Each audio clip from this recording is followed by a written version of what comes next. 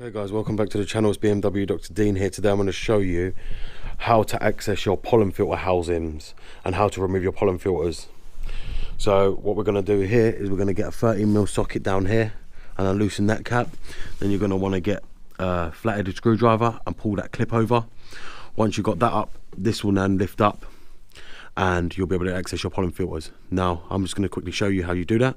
So we'll be back here in a sec to show you when it's off. So as you can see guys, I'm about to remove the pollen filter housings. So what you want to do is get your 1/4" ratchet or whatever it is you're going to use with your 13mm socket, unloosen like that. That will unloosen. After that, what you want to do is just pry this off here in the corner like so. Obviously you want to disconnect them. That's for the bonnet alarm. Obviously you want to disconnect the AUC sensor as well. After you've disconnected that, we'll put them over here a sec. You want to lift that up and get that out, and then as you'll see there, that's your pollen filter housing, and that's one here. There's one on the other side as well. They both release the same way. Obviously I'm going to tell you another hint here. When you remove this panel here, in England we get a lot of water sitting in there. Now when you take this out, I would advise you to take this up as well, this whole panel here. Now I'm going to take it up just to show you guys how you take it up. So what we're going to do here is you want to remove these 13mm sockets over here and unloosen them because they lock the frame in. Then you want to unloosen that. Then what you're going to want to do is go over here and undo this clip here and pull that off like so. Once that's off, you're going to want to remove your plastics, and you're going to want to unloosen the locking clip which is on the top here as well. That locks them down together. Lift up your trim like so, and then what you're going to want to do is, obviously it's still a bit tight, so it means it's still locked down. There we go, that's released. Now what we're going to need to do is get a Torx for the bolt. Just, don't know if you can see it here, there's a Torx that bolts this down as well right here in the corner.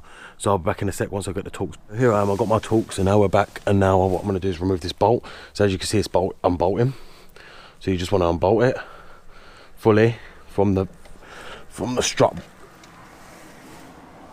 and then what you want to do is then you can lift this out. The whole panel, as you can see here, the whole panel comes out. Now I don't know if you can see deep into there, which I'm going to bring you a bit more forward. You can see in there, there's your brake booster. When I bought this car, like every E60 I've had, this has been flooded up to water to here. Now this is where your engine electronics are that run to the DME. Now underneath your brake booster, I'm not sure in the USA you have the DME on I think this side. Yeah, you have the ECUs here. There are plugs, little grommets under here. If you've watched Nathan's BMW workshop, he goes through about the water getting into here. The water getting into there is a common problem, but you don't need to clear out the scuttle. What you need to do, if you put your hand far underneath the brake booster or the DME box, or take the DME box out even, you'll have little grommets sitting there.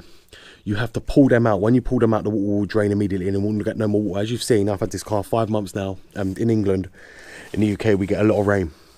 I haven't had no water in there, as you can see in there now. I don't know if you can see, there is no water whatsoever in there.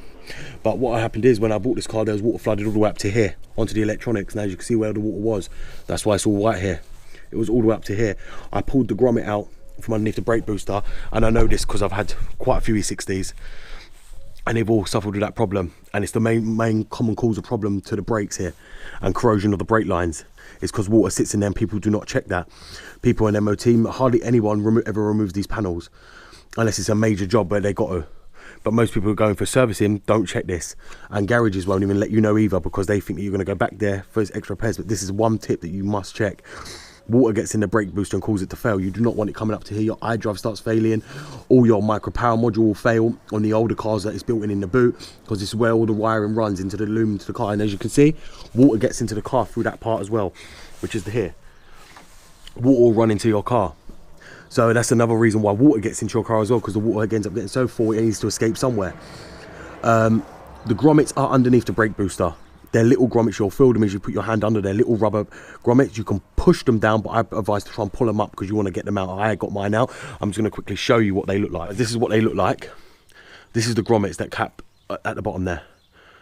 They sit like so, like that, and the easiest way to do it is like I did, is stick a screwdriver straight through the middle if you can, or pull them up and they come out easily, and you'll know when they've come out because the whole water will just flood it. What you need to do though is get a siphon first and siphon the water out. You won't be able to put your hand in the amount of water that's probably in there.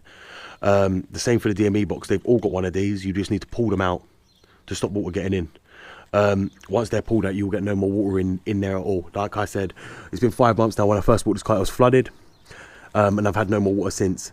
This is one of the most important factors I'm telling you about that needs to be addressed. A lot of people don't know about this. In England, we get it in the brake booster side. I know in the US, you get it on the DME side, and that's hence why your DMEs are always getting cooked, and you end up having to have no DME and your car runs with a load of problems. Check your water in the well here. It's very easy to lift this panel up, as I showed you. A 30mm socket only needed, and a Torx bolt here to remove it. Check it. It's very, very important. My advice is to, if you don't want to check it, just put your hand under and check for water, or get a siphon and stick the siphon hose under the gap and just start pumping and see if you've got water in there. But I'm 90% sure you will have water in there if you've never checked it before. All E60s I've done have come with water sitting in there. Thanks for watching, guys. This is BMW Dr. Dean here. Please like, share and subscribe. I hope you've enjoyed the content I've been producing. I'm hoping it's going to help you lot very much, greatly, especially in America and in the UK. Please just like, share and subscribe my channel, because obviously I'm just trying to get out there. I'm trying to get as many subscribers as possible. I'm going to be back with a load of software videos as well, and we've got a load of coding and programming coming up on another E60 as well, so be sure to check out my other videos. Thanks very much, guys. Goodbye.